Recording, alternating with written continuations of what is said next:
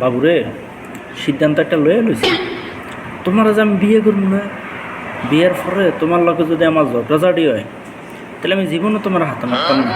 এটা আমি একবারে তোমার কথা দিয়ে দিছি ভাই, আমি তোমার জীবনও মারতাম না, গায়েও হাত তুলতাম না, কিন্তু তোমার আমি ভাতে মারার মতো অভ্যাস বের করে লাইছি, বুদ্ধি বের করে লাইছি। বুদ্ধি রেখিটা তুমি যদি আমার লগে ঝগড়া করো, আমি এই সময় তোমার গুঁড়ো মাছ এনে দেবো, আর নাইলে 60 টাকা এনে দেবো, ইচ্ছা মতো এনে দেবো। তুমি এটি কুটবা, এটি করতে করতে ওই আমার যে জিড্ডে আছে না তোমার উপরে, সেটা মনে করো যে হ্যান দিয়ে যাবো গা, বসবাস হয়ে যাবো গা।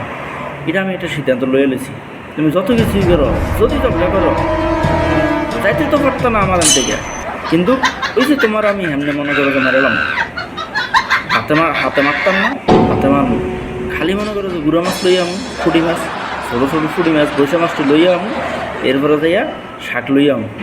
গতকালকে ডিউটিতে গেলাম 8টার সময়, যাই এই শাক কুড়া শুরু করছি, আমার 9:43 যাই শাক কুড়া শেষ হয়েছে। সেই শাক খাইতে কতক্ষণ লাগলো? মাত্র 10 মিনিট, 10 মিনিটে খাইয়ে শেষ করে গেছি।